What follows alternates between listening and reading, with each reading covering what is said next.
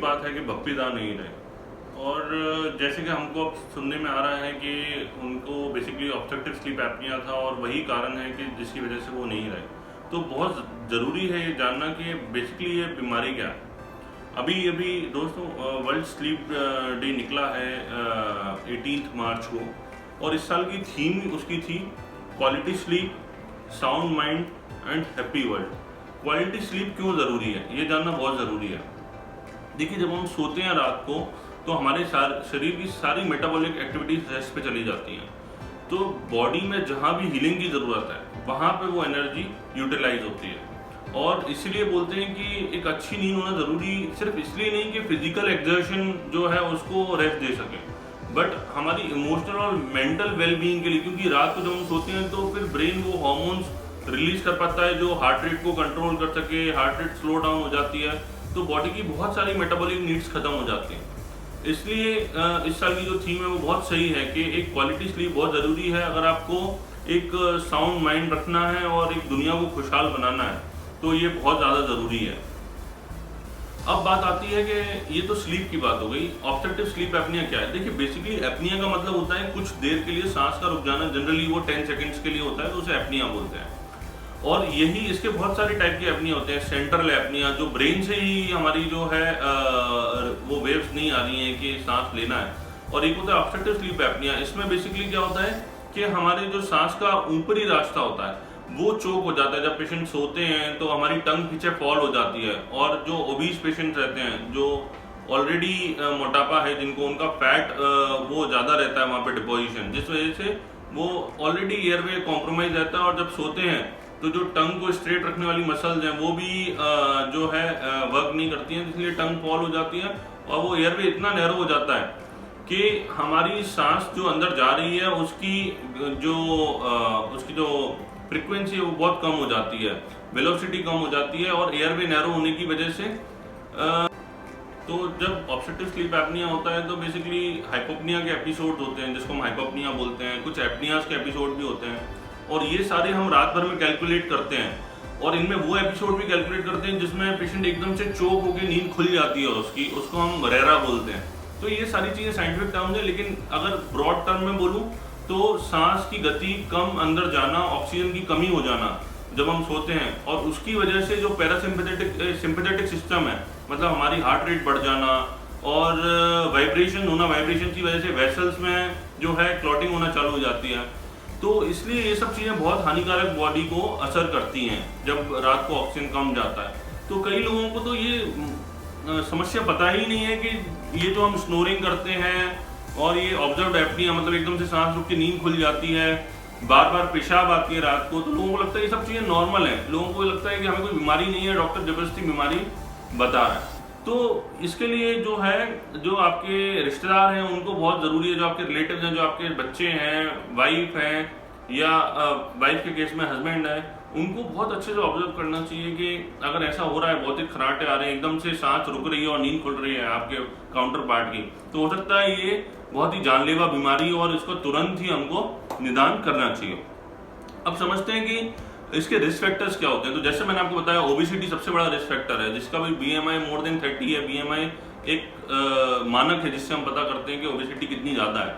वो अगर more than 30 है, या फिर कुछ एनाटॉमिकल फैक्टर्स हैं, आपकी टंग, आपकी ऐसी बनावट है मुंह की, उसकी वजह से, या फिर कुछ एंडोक्राइनल डिसऑर्डर्स हैं फीमेल में पोस्ट मीनोपॉजल, और PCOS वाली फीमेल जो रहती हैं, जो उनको ये सब समस्या ज़्यादा पाई गई है। टोबैको और अल्कोहल जो ज़्यादा लेते हैं उनको भी ये समस्या ज़्यादा पाई गई है।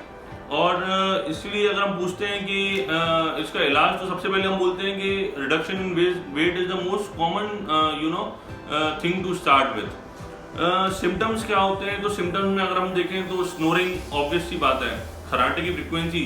इसी के लिए जो हम क्वेश्चन वगैरह पूछते हैं उसमें पूछते हैं कि खराटे की फ्रिक्वेंसी कितनी तेज़ है, पहले से बढ़ी है क्या, पहले से ज़्यादा तेज़ आवाज़ आने लगी है क्या। तो ये सब चीज़ें बहुत इंपॉर्टेंट होती हैं। तो एक snoring, excessive day time sleepiness बहुत कॉमन सिम्टम है। पेशेंट बोलेगा कि मैं खाना खाते खाते सो जाता हूँ, मैं TV देखते देखते सो जाता हूँ, मैं सिग्नल में कार रुकी हुई है मैं सो जाता हूँ। तो ये सब बहुत इंपॉर्टेंट। इनफैक्ट कार चलाते टाइम लोगों को नींद आ जाती है और इसकी वजह से बहुत सारी डेथ्स भी होती हैं। ये OSA बहुत कॉमन कॉज है एक्सीडेंटल डेथ्स का इन दीज पेशेंट्स। फिर उसके बाद चोकिंग सेंसेशन, मैंने आपको जो बोला रात को एकदम से चोकिंग होती है ना, और चोकिंग होके फिर अराउजल होता है, नींद खुल जाती है। क्यों होता है ऐसा? क्योंकि ये एक प्रोटेक्टिव मैकेनिज्म है कि अगर सांस रुक रही है तो ब्रेन को सिग्नल जा रहा है और ब्रेन एकदम से जो है हमको जगा रहा है। लेकिन इसके साथ साथ ब्रेन और क्या करता है, उसी दौरान ब्रेन ये भी करता है कि हार्ट रेट बढ़ा देता है, सिंपैथेटिक सिस्टम को पूरा एक्टिवेट करता है, क्योंकि ये एक इमरजेंसी जो चीज़ है। तो इसकी वजह से क्या होता है कि हार्ट जो है कॉम्प्रोमाइज कंडीशन में, बार बार ऐसा होने की वजह से हार्ट की जो है एक कॉम्प्रोमाइज कंडीशन डेवलप हो जाती है। तो ये एक बहुत ही कॉमन चीज़ है। हेडेक बहुत ज़्यादा देखा गया है, रिसेंट मेमोरी लॉस भी बहुत ज़्यादा देखा गया, लोग जल्दी से रिसेंट फैक्ट्स भूल जाते हैं। पर्सनैलिटी चेंज भी देखा गया है, इरिटेटेड रहते हैं और डिप्रेशन में रहते हैं, कई लोग बहुत ही एंग्शियस रहते हैं।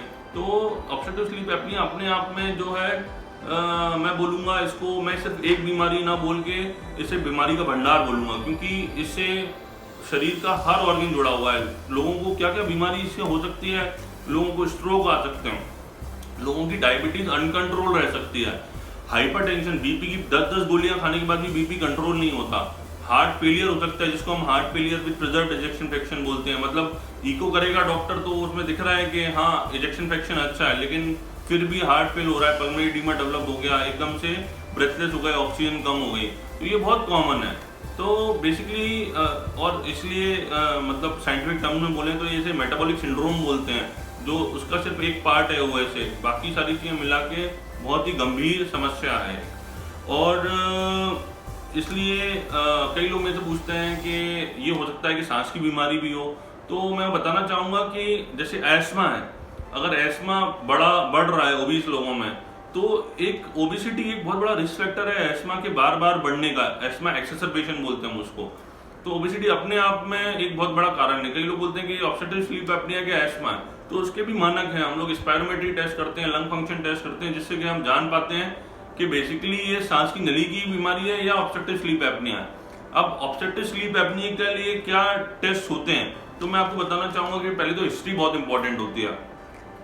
उसमें हम यही सारे क्वेश्चन जो मैंने आपको बताया कि कब नींद आती है, कैसे आती है, जिसको हम ESS एप्सवर्थ स्लीपीनेस स्केल बोलते हैं, उसमें हम एसेस करते हैं कि कितना प्रॉब्लम है पेशेंट को। स्टॉप बेइंग क्वेश्चनर होता है एक, वो हम पूछते हैं, बर्लिन क्वेश्चनर पूछते हैं। कुछ तरह के क्वेश्चन हैं जिनको पता लगा के हम जान पाते हैं कि एक्चुअल में इसकी प्रॉब्लम की जो वो है इंटेंसिटी है वो कितनी ज़्यादा है। फिर टेस्ट करने की बात करें तो अलग अलग टाइप के टेस्ट होते हैं। एक जो हॉस्पिटल में अटेंडेड स्लीप स्टडी बोलते हैं, पॉलीसोनोग्राफी, वो बेसिकली उन लोगों में जरूरी होती है जिनको और कोई डिसीज है ऑलरेडी, जैसे हार्ट फेलियर, स्ट्रोक है, क्योंकि ऐसे पेशेंट्स को मॉनिटर करना बहुत ज़रूरी है। जो अनअटेंडेड टेस्ट होते हैं वो भी अलग अलग तरह के होते हैं, कुछ 7 लीड वाले होते हैं, कुछ 4 to 7 लीड्स लगाते हैं, जिसमें ब्रेन की लीड, हार्ट की लीड, एब्डोमेन पे लीड्स, पैर पे, नाक में एक कितनी उसकी एयर की इंटेंसिटी है वो देखने के लिए।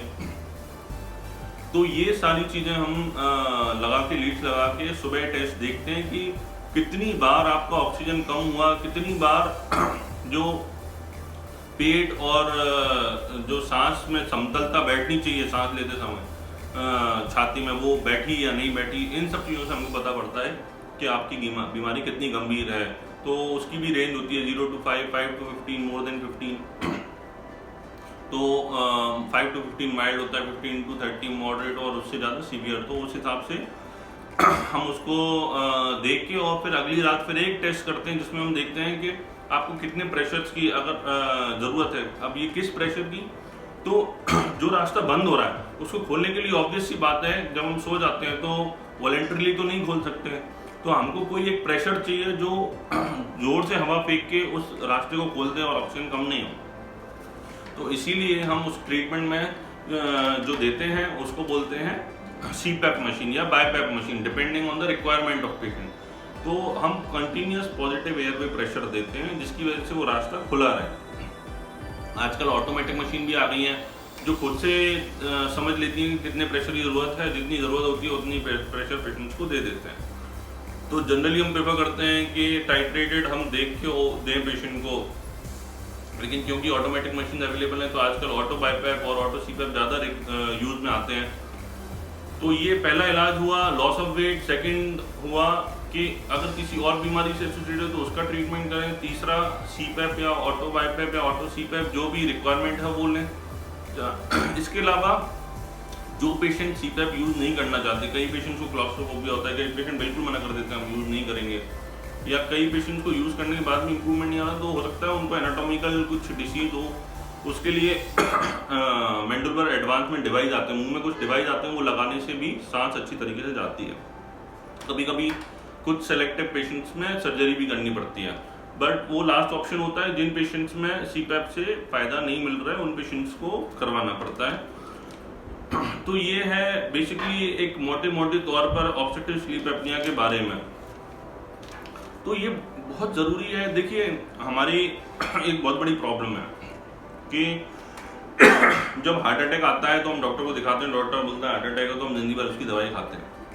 हमें BP होता है तो BP की दवाइयाँ चलती रहती हैं, और BP, लेकिन अगर हम नहीं करते उसको, मान लो BP की दवाई नहीं खाएंगे और BP लंबे टाइम तक बढ़ रहा है तो किडनी डैमेज होती है, उसके और साइड इफेक्ट्स होते हैं। ऐसे ही फेफड़ों के साथ भी है। अगर हमें अस्थमा है, COPD है, एलर्जी है, हम उसका ट्रीटमेंट नहीं करेंगे, तो रेगुलर ट्रीटमेंट अगर नहीं करेंगे तो धीरे धीरे वो चीज़ क्रोनिक रूप धारण कर लेती है और वो शरीर के बाकी सारे ऑर्गन्स में भी प्रॉब्लम करती है। ऐसा ही होता है ऑब्स्ट्रक्टिव स्लीप एपनिया के साथ, कि ये इतनी प्रॉब्लमेटिक चीज़ है। और हमारे पास, मतलब बड़ी दुख की बात है कि मेरे पास पेशेंट आते हैं तो कोई कार्डियोलॉजिस्ट भेजता है या कोई न्यूरोलॉजिस्ट भेजता है या फिर कोई और डॉक्टर भेजता है, जब उसके पास वो बोलता है कि डायबिटीज़ कंट्रोल नहीं हो रही है, हाइपरटेंशन कंट्रोल नहीं हो रहा है और ओबीस पेशेंट दिख रहा है, तो उसे लगता है कि कहीं ये ऑब्स्ट्रक्टिव स्लीप एपनिया की वजह से तो नहीं है, मेरे पास भेजते हैं। फिर हमें समझ में आता है, और कई बार इतना लेट हो जाते हैं कि वो चीज़ कन्वर्ट हो जाती है ओबेसिटी, हाइपोवेंटिलेशन में, मांसपेशियाँ कमज़ोर हो जाती हैं, धीरे धीरे कार्बन डाइऑक्साइड शरीर में बढ़ने लग जाता है और पूरे ब्रेन के सर्किट्स जो है वो ऐसे रीसेट हो जाते हैं कि पेशेंट फिर कार्बन डाइऑक्साइड रिटेन करने लग जाता है, और ये एक बहुत ही घातक समस्या होती है। फिर इमरजेंसी में पेशेंट आते हैं बिल्कुल जान जो है हथेली पे लेके। तो मैं आपको बिल्कुल अवेयर करना चाहूँगा कि हम नहीं चाहते कि कभी, अगर आप लोग नॉर्मल अपने जो प्रॉब्लम्स हैं वो अपने डॉक्टर से शेयर करेंगे और सही टाइम पर डॉक्टर के पास जाएंगे तो आपको कभी एडमिट होने की ज़रूरत ही नहीं पड़ेगी। एक प्रॉपर जो है ट्रीटमेंट अगर चलता है आपका, तो आपको कभी भी एडमिट वही पेशेंट होता है जो ऑलरेडी बहुत सीवियर हो चुका है। तो मैंने सोचा कि आज OSA पे आपसे बात करूं, क्योंकि भप्पी साहब की हमने खबर सुनी, तो इसलिए मुझे लगा कि आज मेरे को आप सबसे इसके बारे में बात करनी चाहिए, क्योंकि हमको मोटे तौर पे पता ही नहीं है कि ऐसी भी कोई बीमारी होती है। तो पहली चीज़ तो पता होना चाहिए कि ऐसी कोई बीमारी होती है और उसकी वजह से आपके शरीर को हानि पहुँच रही है, ये जानना बहुत ही ज़रूरी है। इसलिए अपन ने इसके बारे में आज बात करी। आपको कोई भी इस बीमारी से रिलेटेड क्वेश्चन है तो आप मेरे चैट बॉक्स में डाल सकते हैं, और आगे भी हम ऐसे ही कुछ टॉपिक्स के बारे में जो अपने को हेल्थी रखने के लिए ज़रूरी हैं और जो हमको बताते हैं कि रोज़मर्रा की ज़िंदगी में हम किन समस्याओं से ग्रसित हैं, हमको वो पता होना चाहिए। धन्यवाद।